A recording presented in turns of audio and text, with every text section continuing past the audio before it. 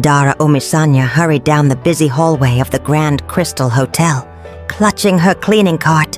Her hair was tied in a loose bun, her uniform stained from hours of non-stop work. She hadn't slept well in days. Her brother's hospital bills were piling up, and every double shift felt like a mountain she had to climb alone. She glanced at her checklist. Next up, Presidential Suite 1503. Meanwhile, Cairo Adelaya stepped out of his luxury car and into the cool, marble lobby of the same hotel. The young tech billionaire had flown in from Dubai for a high-stakes business deal. Investors were waiting. The future of his latest AI company hung in the balance. But his mood was foul. His private jet had been delayed. His assistant had mixed up his schedule, and now his suite wasn't ready. As he marched down the hallway, phone glued to his ear, fate intervened. Dara, lost in her task, didn't hear him coming. She turned the corner with her mop bucket, just as Cairo stormed around the same bend. Crash! Dirty water splashed onto Cairo's designer shoes and the hem of his crisp white shirt. The phone slipped from his hand. For a moment, everything stopped. Dara gasped, eyes wide with panic. Oh no, oh my God, sir. I'm so sorry. Cairo's sharp eyes narrowed. Do you even know what you've just done? He growled. I didn't see you. Please forgive me. Dara stammered, trembling. Hotel staff turned to watch. Cairo's voice was low but deadly. This suit costs more than your salary for the year. Humiliation burned in Dara's chest. She lowered her head. It was an accident, sir. Cairo didn't respond. He simply stepped past her, dripping and furious. Back in the suite as he changed into fresh clothes, he muttered under his breath, This trip is cursed. Little did he know, the girl who had just ruined his day would soon turn his life upside down. Dara worked the rest of her shift with trembling hands and a lump in her throat. The staff whispers followed her everywhere. You splashed water on Cairo Adelaya? Girl, are you crazy? But she couldn't worry about gossip. Her brother Sei was running out of medicine. She had to keep this job, no matter what. That evening, she was assigned to clean the upper floors again. Her supervisor handed her a room card. Suite 1503. The guest has stepped out. Be quick and thorough. Dara nodded, took a deep breath, and rode the elevator in silence. She still hadn't realized it was the same suite from the earlier collision. Inside, the room was large, modern, and silent, lit only by the fading sunset through the glass walls. Dara moved quietly, wiping surfaces and fluffing pillows. Her legs ached, her eyes burned. When she got to the master bedroom, her body gave up. Just a few minutes, she told herself. She sat on the edge of the massive bed, just to rest. Her eyes closed. She never meant to fall asleep. Cairo returned late, irritated and exhausted. The business dinner had gone worse than expected. The investors had been distracted. His mood was even darker than before. He pushed open the door to his suite, loosened his tie, and froze. Someone was in his bed. Not a thief, not a fan. A hotel cleaner, fast asleep, curled up on his sheets. A feather duster still loosely gripped in her hand. His eyes widened. What the hell? Storming across the room. He grabbed her shoulder and shook it. Dara startled awake, heart hammering against her ribs. No! I'm so sorry, sir. I didn't mean to. Please don't. Cairo's voice sliced through her panic. What are you doing here? Are you insane? Tears welled instantly in her eyes. I was tired. I'm sorry. I didn't even realize. I didn't mean to fall asleep. Please, please don't fire me. He froze. Recognition clicked into place. Her. The same girl from the hallway. The mop water. The chaos. His anger surged, but then faltered. There was something in her face. Not just fear. Not just shame. Exhaustion. Real. Soul-deep exhaustion. Still, pride held him rigid. Get out, he said, voice like ice. Dara scrambled up, nearly tripping in her haste to flee.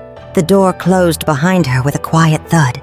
Cairo stood there, unmoving, then slowly sat on the edge of the bed she had just left. Jaw tight, fist clenched. Who was this girl? And why was she getting under his skin? Dara's heart pounded as she hurried down the hallway. Her legs felt like jelly by the time she reached the staff quarters. She didn't even notice the curious looks from the other workers. In the locker room, she dropped onto a bench and buried her face in her hands. Her fingers still smelled like the hotel's lemon-scented polish. Her cheeks burned with shame. How could she have fallen asleep in a guest's bed? Not just any guest. Cairo Adelaya, a billionaire, a tech genius, a VIP at the hotel. She was sure she'd be fired. Moments later, her supervisor stormed in, waving a clipboard. "Dara, what have you done?" "I didn't mean to." "You fell asleep in his bed? Do you know how lucky you are he didn't call the police?"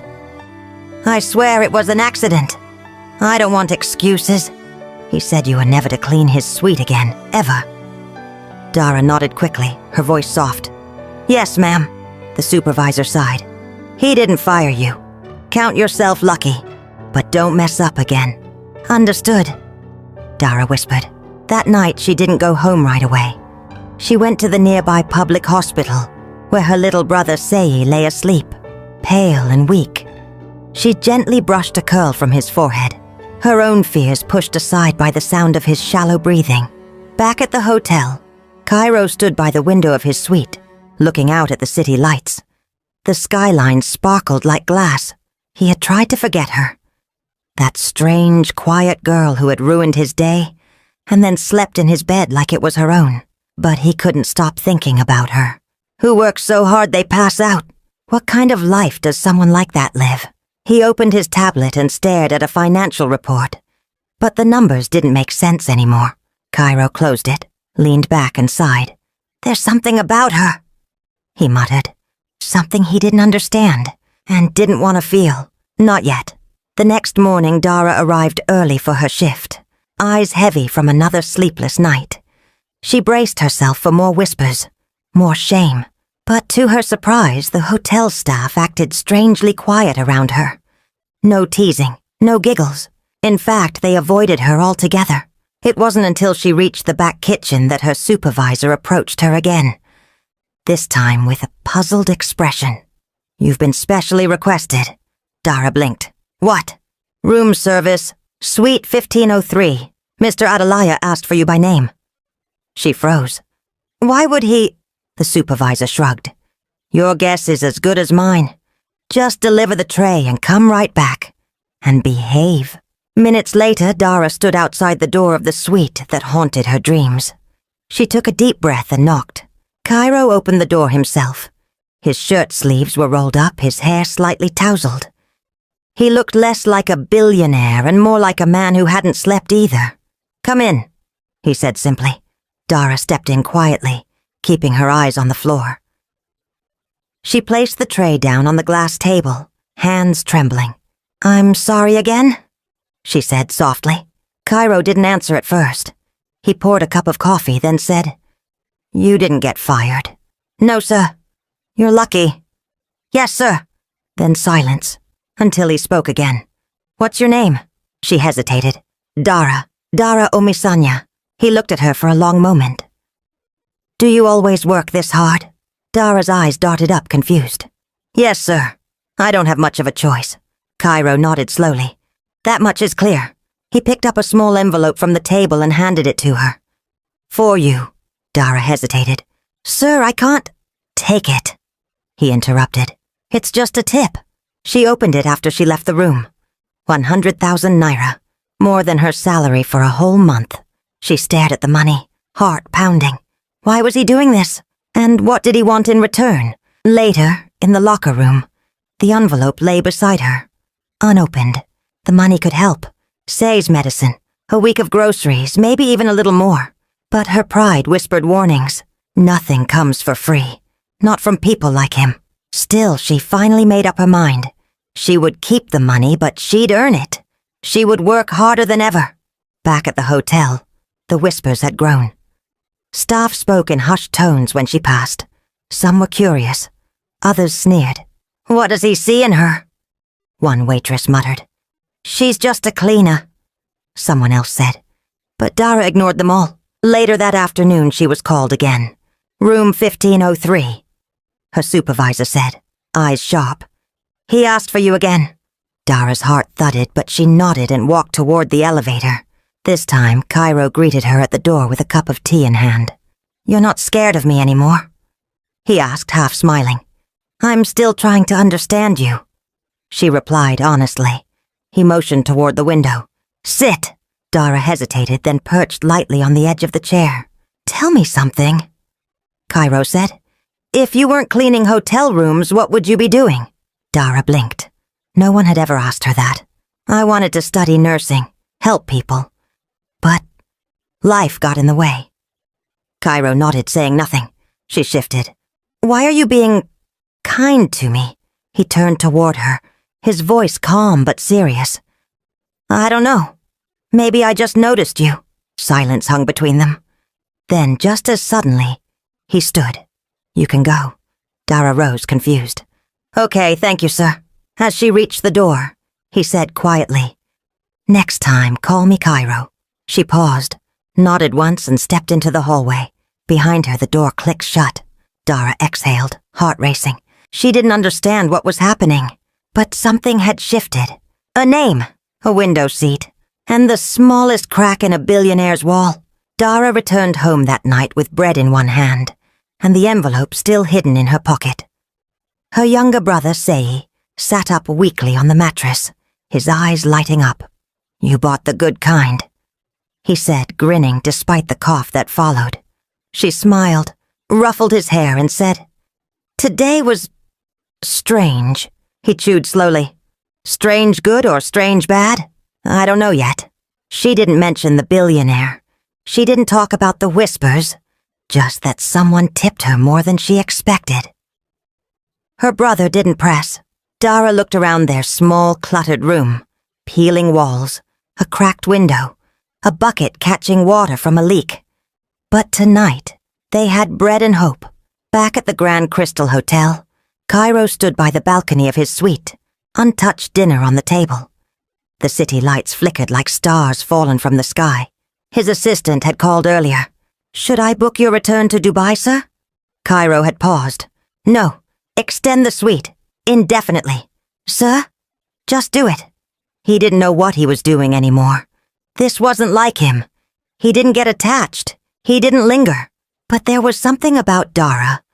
Her quiet dignity, her fire hidden beneath exhaustion, that haunted him. The next day, Dara was called again. Same room, same tray. This time, when she knocked, the door opened to music playing softly from a speaker. Cairo sat near the window, reading something on his tablet. You're early? He said without looking up.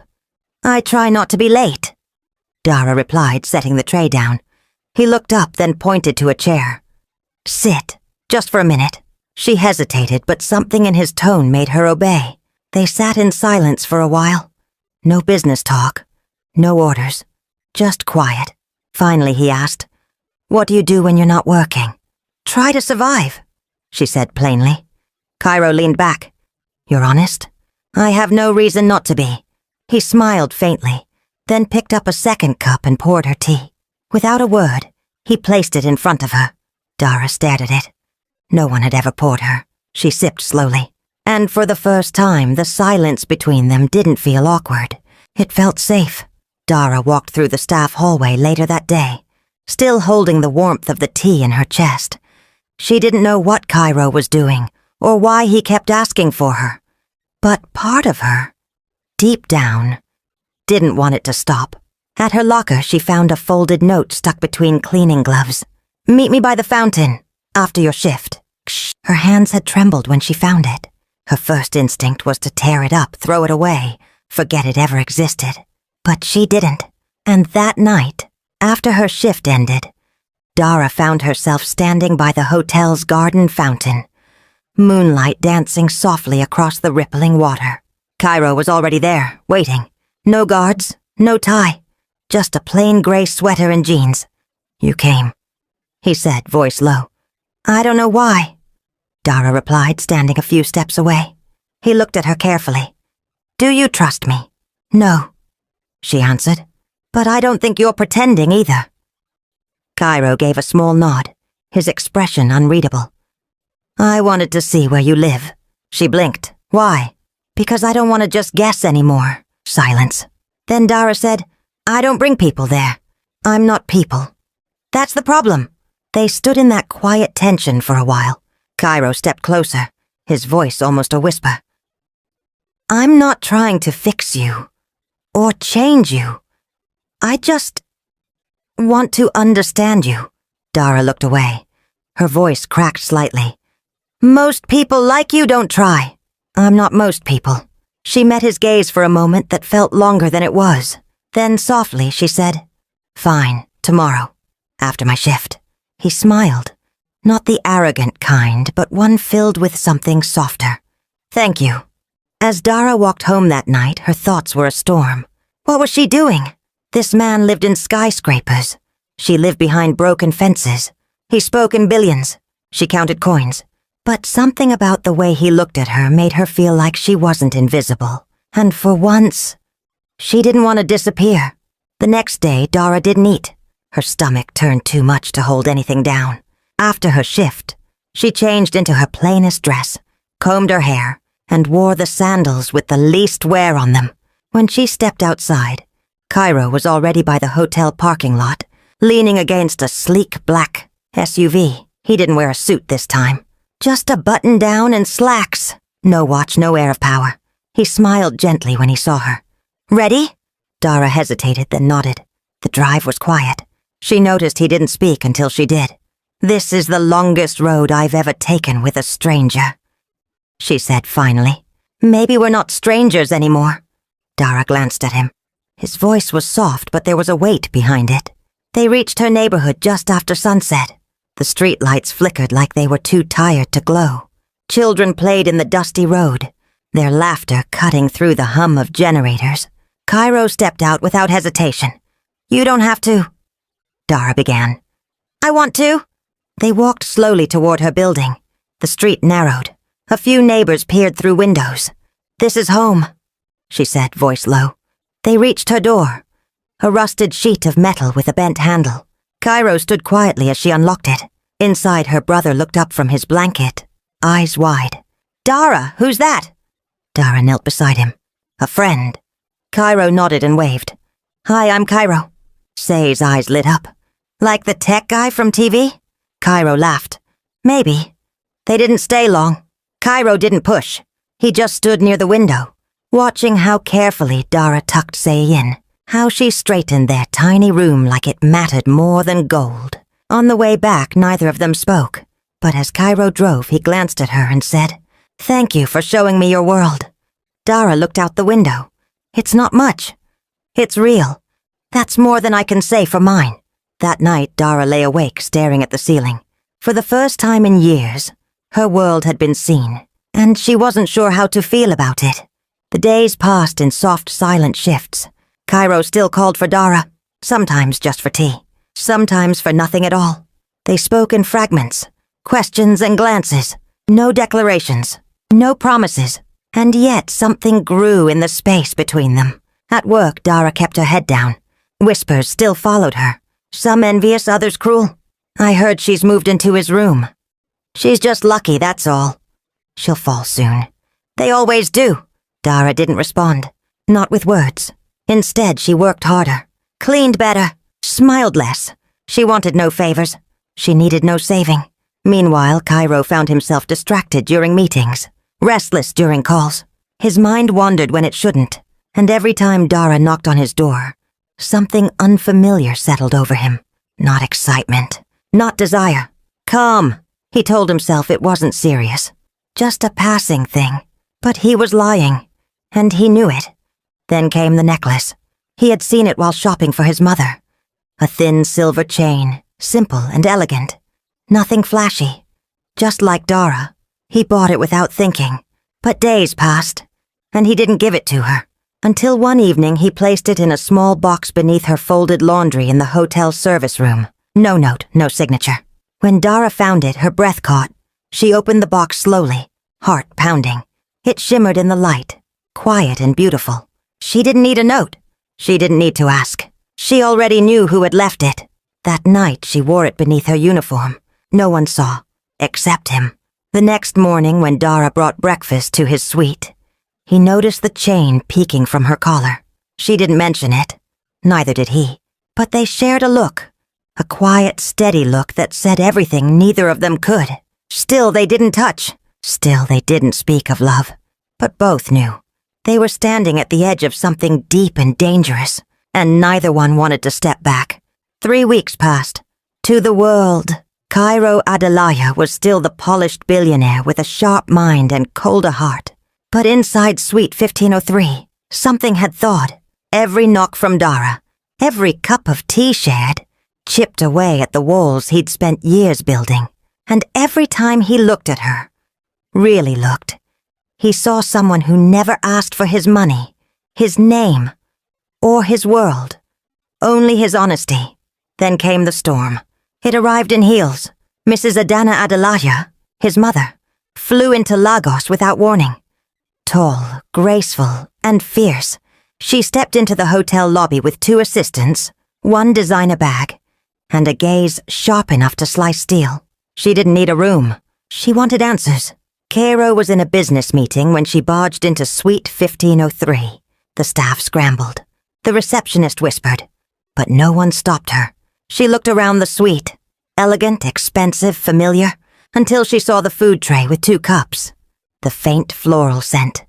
A strand of unfamiliar hair on the couch pillow. She frowned. "Is there a woman?" Cairo didn't answer. She didn't push. Not yet. But her eyes narrowed.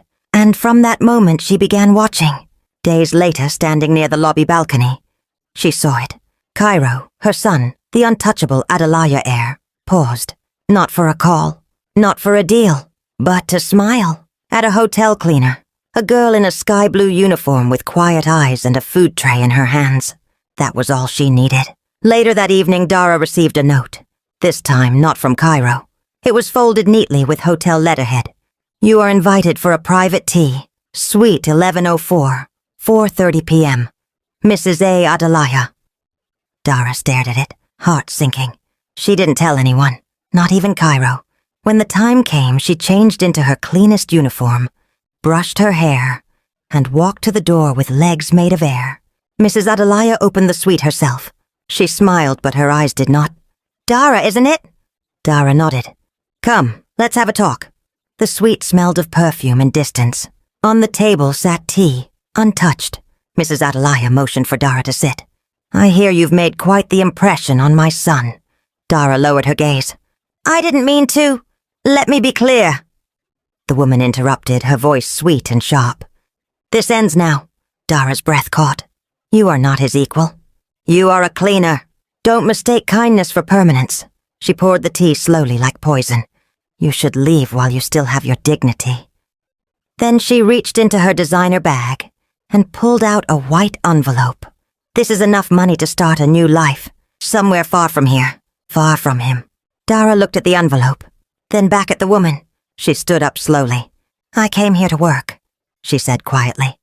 "Not to beg, and not to be bought." She left the envelope on the table, untouched, and without another word she walked out. But inside something had cracked, and the next day, everything changed. Cairo woke early, got dressed before sunrise. He sat by the window pretending to read, listening for footsteps in the hallway, waiting for the knock he'd come to expect. But it never came. By 10, the silence grew too loud. He picked up the phone and called the kitchen. "Where's Dara?" There was a pause, just long enough to mean something. Then a quiet voice. "Sir, she didn't report for duty today." Cairo's chest tightened. "Check again." But deep down, he already knew. Something was wrong. He called her supervisor. The answer was the same. She turned in her badge last night, left quietly. Took her brother. No forwarding address. Cairo stood frozen, the line still active in his hand. Gone? Just like that? Cairo tore through the suite like a man chasing a ghost. The empty teacups, the folded laundry, a tiny forgotten button near the door. The scent she always left behind, faint jasmine, still lingered. He called her number. Switched off. He checked with staff. They knew nothing. No notes, no message, nothing. Later that night, Cairo sat alone in the dark, staring out the window. The city lights sparkled beyond the glass. Bright, busy but meaningless without her. Then his phone rang. It was his mother. She didn't need to ask what was wrong. The silence in his voice said enough. "I hope you've come to your senses," she said gently, but with steel beneath the words. He didn't answer. She continued. A man like you doesn't build a life with a girl like that. She was never meant to stay. She was a moment, Cairo. Not your future. His chest tightened. Had she done this? Had she driven Dara away? What did you say to her? He asked. I reminded her of the truth. No, you humiliated her. I protected you. I didn't need protecting. Her voice sharpened. She's just a cleaner. Cairo, have you forgotten who you are? She was more real than anyone I've ever met. The line went silent. Then her final words came cold and sure.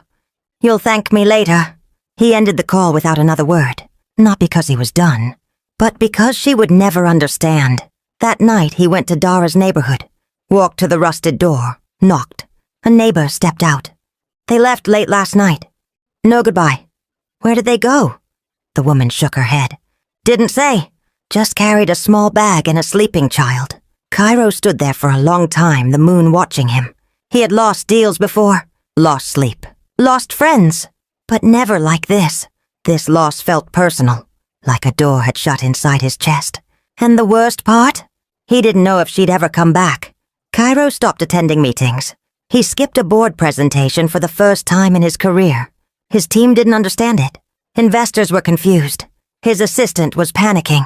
But Cairo had one focus now. Finding Dara.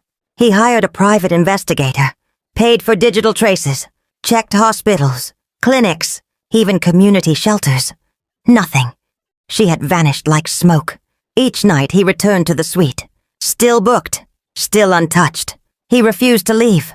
The room reminded him of her. The teacups, the chair by the window, the echo of soft footsteps that never returned.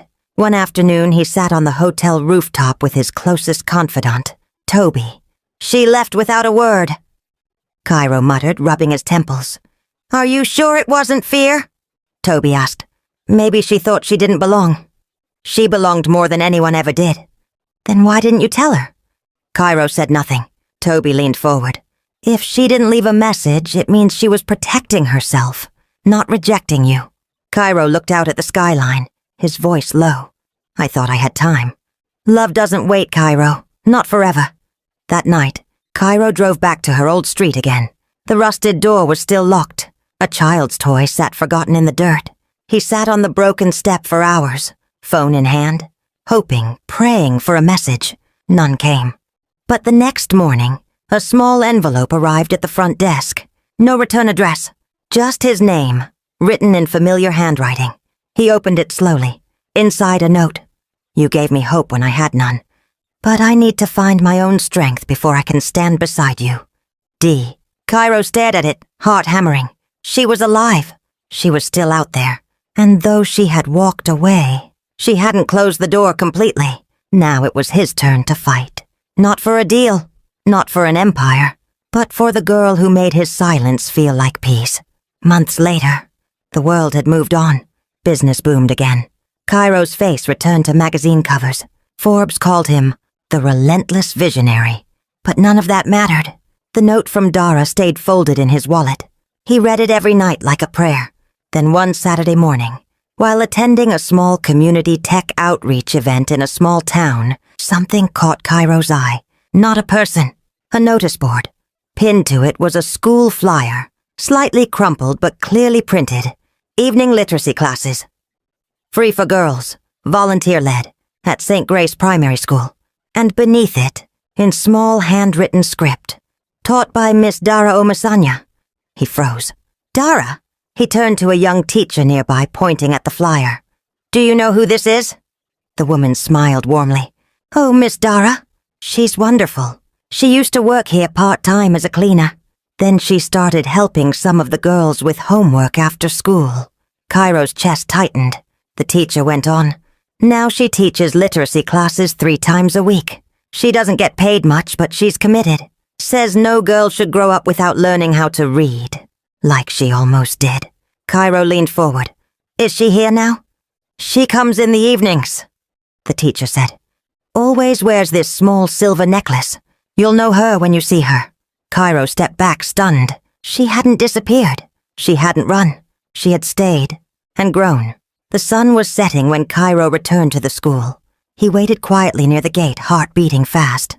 Children laughed in the background. A chalkboard squeaked. The air smelled of dust and hope. Then he saw her. Standing by the classroom door, Dara held a book in one hand, her other hand resting gently on a little girl's shoulder. She was smiling, softly, kindly. She looked tired but peaceful. When the last child left, she turned to close the door and saw him. Her whole body froze. "Cairo!" He stepped forward slowly. "Hi, Dara." She blinked, confused. How did you find me?" He smiled a little. "You taught me something, to look past what's fancy. I just followed the light." Dara looked down, shaking her head. "You shouldn't be here. I had to see you." She crossed her arms, trying to stay strong. "You're a billionaire. I'm just a cleaner who used to clean your hotel room." He stepped closer. So we're not from the same world, Cairo. Your mother made that clear." "She was wrong. She's powerful. She won't accept someone like me. I don't need her permission," he said quietly. Dara turned her face away. "You don't understand. I don't belong in your life. I don't wear designer dresses. I don't go to big meetings. I can't sit at your table." He looked at her for a long moment, then pointed gently at her neck. "The silver necklace. She said you didn't care, that I meant nothing to you, but you're still wearing it." Dara touched the necklace slowly, her fingers trembling. "I told myself to throw it away," she whispered. "So many times. But I couldn't, because even when I left, I still loved you." Cairo's voice broke. "And I never stopped loving you." They stood in silence, the sky turning gold behind them. Finally, Dara stepped forward, her eyes wet, her voice quiet. "So what now?" He reached out, took her hand gently. "Now," Cairo said. "We write our own story. No mothers, no titles. Just us." They didn't rush back to the city.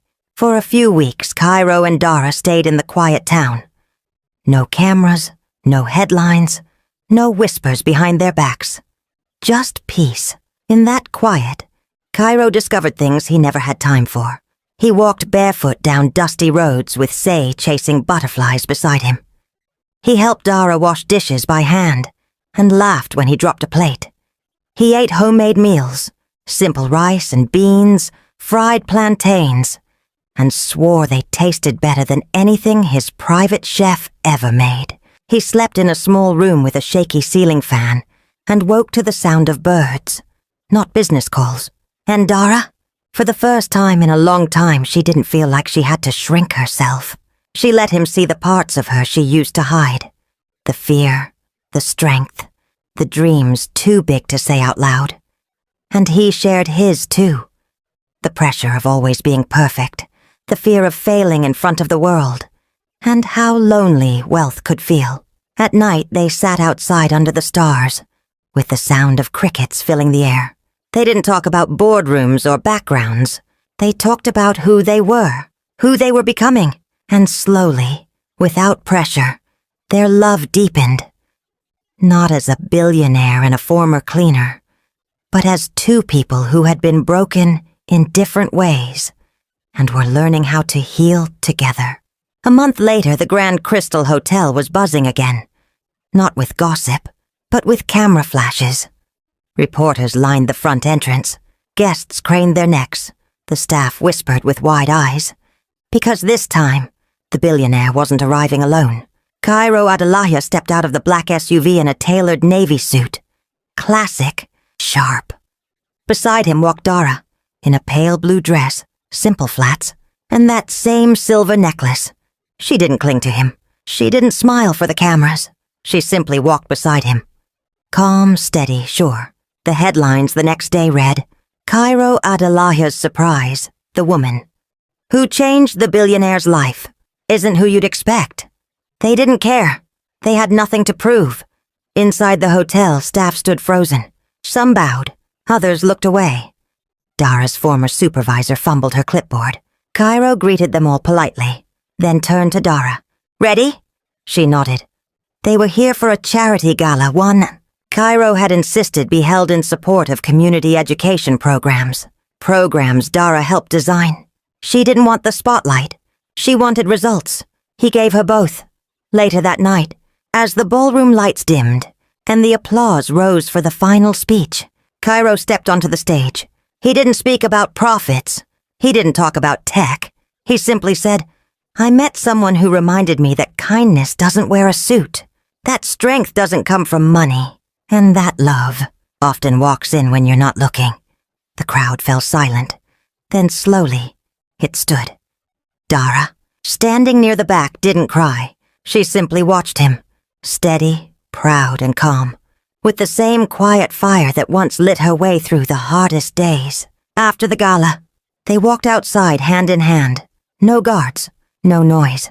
Just two people who had found each other in the unlikeliest of ways. "I still think it's funny," Dara said with a smile. "What is?" "How all this started with me falling asleep in your bed." Cairo chuckled. "Best accident of my life." And as the city lights blinked behind them, they stepped into the night, not as billionaire and cleaner, but as equals, as home. The end. If you love this story, make sure to like the video and subscribe to my channel for more captivating stories like this one.